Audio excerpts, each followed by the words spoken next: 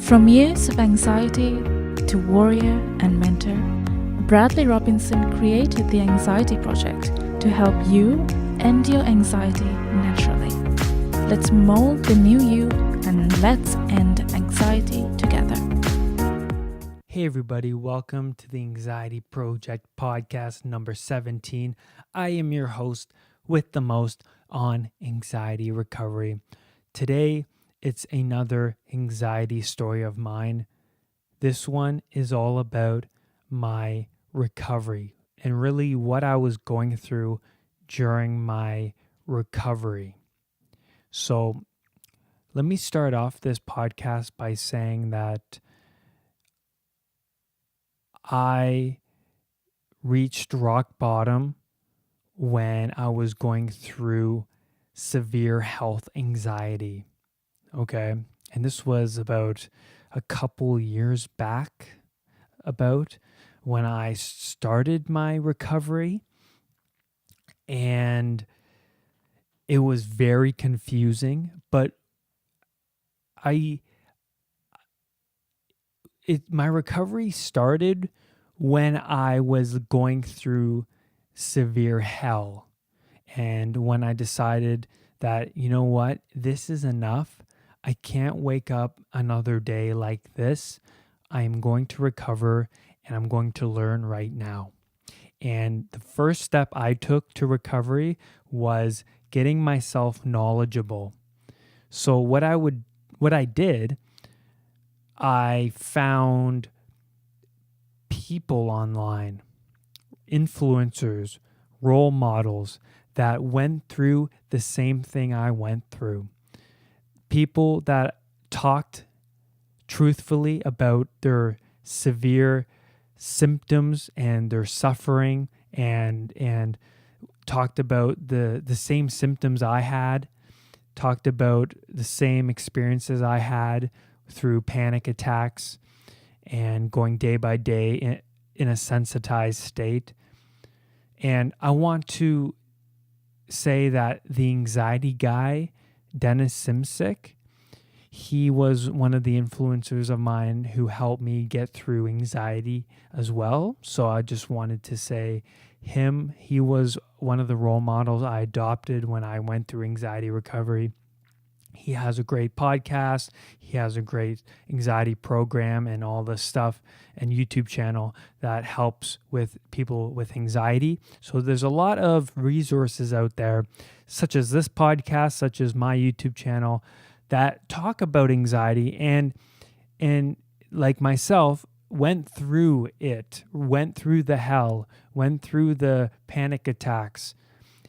So I just got myself knowledgeable. I was going through anxiety, and then I started to search on Google, who panic attacks, and I started to search information on anxiety, and then I found people that specialized in anxiety, that went through anxiety, and then they spoke my language, and then I started to learn. How did I learn? Well, I just listened to podcasts, and then I just had a notepad and I just wrote everything down. And I took the notepad with me throughout the day. So say my family invited me out for dinner, I would take that notepad with me, and then on the way to the dinner, I would just be in the car reading it, stuff like that, right? So it's just about getting yourself into that position where, hey, you take on new podcasts and you take on new influencers in your life that went through the same thing you went through and then got out as a champion instead of a sufferer, right? So I spent a lot of time researching, and I'm sure you can relate to this. I couldn't read a book when I was suffering through anxiety. There's no way. Like, I would sit down with a book and there's no way I could pay attention, because when I started to read the book, my symptoms would come full force, and then I would pay attention to the pains in my body and all of that stuff, and I couldn't pay attention to the book. So it's important to understand that podcasts are a huge help, and when you overcome anxiety, it's huge, because sometimes even though you may not be picking up all the information I say, your subconscious is picking up the information, okay? Because when you go through anxiety, I'll just bring this up briefly. The amygdala in the brain, which is an almond-shaped part of your brain, it's near the center of your brain, it is the fight, flight, and freeze response activator. So it activates that response. And the amygdala makes you feel all hazy when it's activated. It makes you feel like you're losing your memory. And the amygdala is the cause of all of your sensations in your body that you're feeling. And it's the stress response. So when a lot of the time when I was listening to podcasts or reading and I would have a hard time picking up the information, I would beat myself up. I would start to, like be like, hey, man, why aren't you learning this? And I would start to, have guilt, and I would start to,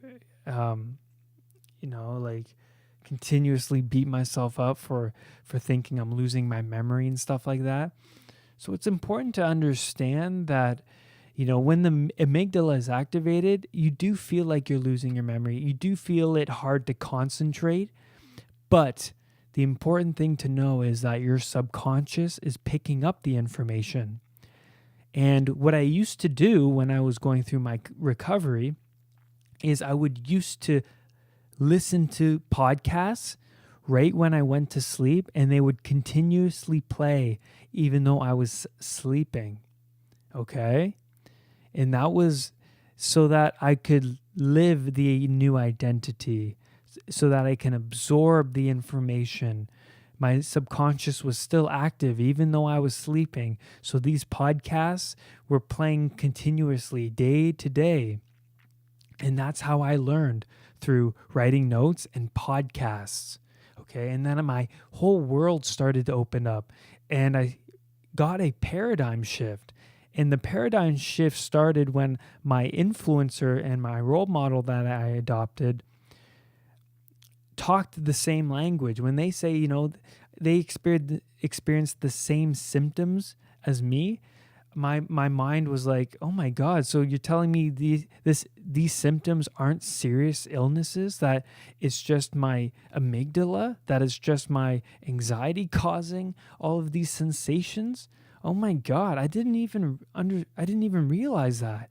And then I started to shift my perspective over my anxiety, and it didn't come easy for me.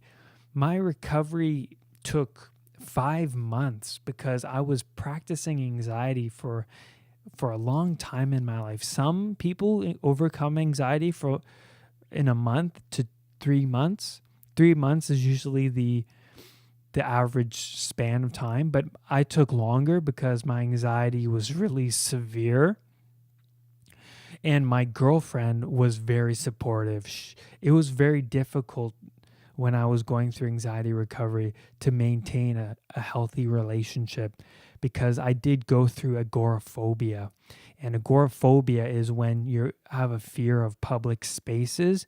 And I would spend a lot of my time at home around my family for reassurance. And then I would spend a lot of my time, listening to podcasts at home and not going out into the workplace. And I would make excuses not to go to work, and make excuses not to go see her. And nobody around me understood what I was going through. Not my family, not her, not anybody, right? Because anxiety is very, very specific, but it's very, very debilitating, and not many people, a lot of people I see go through it, but if not many people around you will see, right? And people like my dad told me to, whenever you feel like you're having a panic attack or you feel anxious, just pull over and go somewhere and have a beer or something and try and relax. As much as I love you, Dad, from the bottom of my heart, it's just like he didn't understand. So he couldn't give the best advice he could give. And that advice doesn't work with somebody going through anxiety. What I was going through in my recovery was I was going through a lot of resistance because I was learning about a lot of the what I was about. I was learning a lot of anxiety information, and I was relating to these people, but I needed to continuously learn and absorb this information because my body was still giving me anxiety even though I was going through my recovery phase, right? And that resistance was very, very difficult. It caused anxiety on top of my anxiety. For instance, like I deal with one problem and then another problem shows up, and then another problem shows up. And then all of a sudden I'm like, what the hell is going on here? Another problem shows up after one disappears. This is just absolutely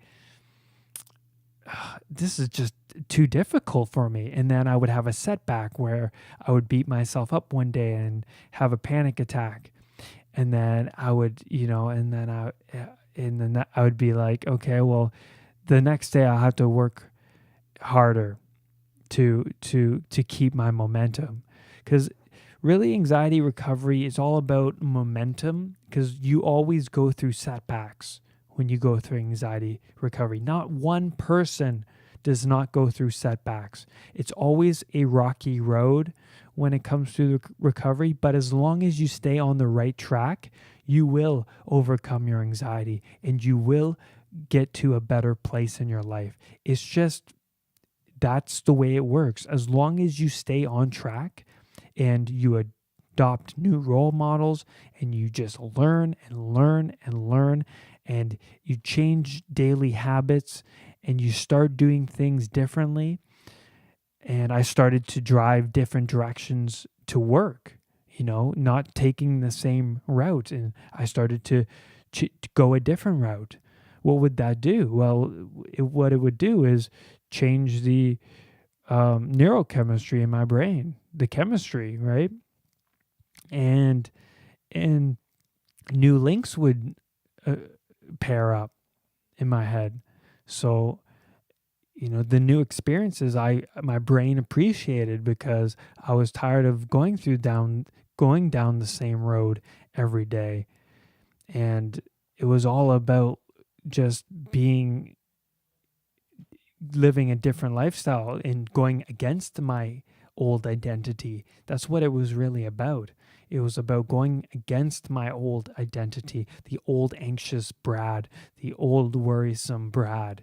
And it was about becoming the empowered and student, and it was becoming the champion, and going day by day, not hanging around toxic friends and toxic people, but it was about listening to people, podcasts and videos on people who overcome challenges and are successful in life. And that's the key, is that's how you go against popular thinking.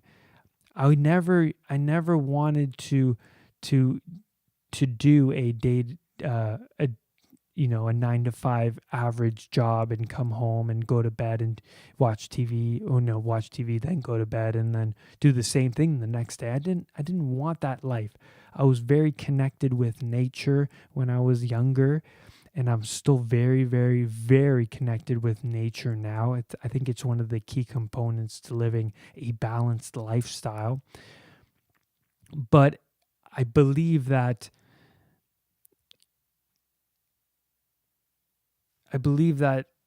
having certain things, a structure in your day, will just absolutely change your anxiety and your old self, and adopting new people into your life that are influencers instead of victims, and making sure that every person that you hang around, you will become them.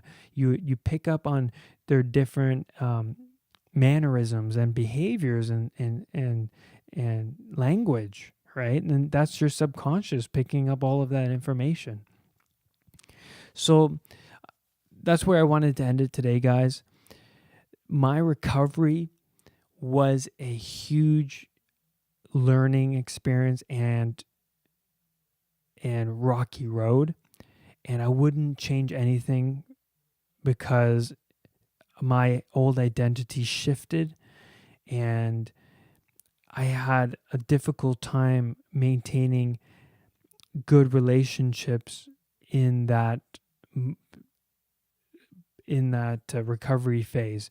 But the relationships that were meant to be there stayed there. The good ones stayed, and the bad ones slipped away. And that's really important to understand, is that when you start to shift your identity to somebody more of a champion and an influencer and a student, and you start to get rid of old habits, and then you naturally start pushing away old friends because you have new beliefs coming into you, new ways of thinking and ideas form, and you spend more time outside in nature, and you spend more time reading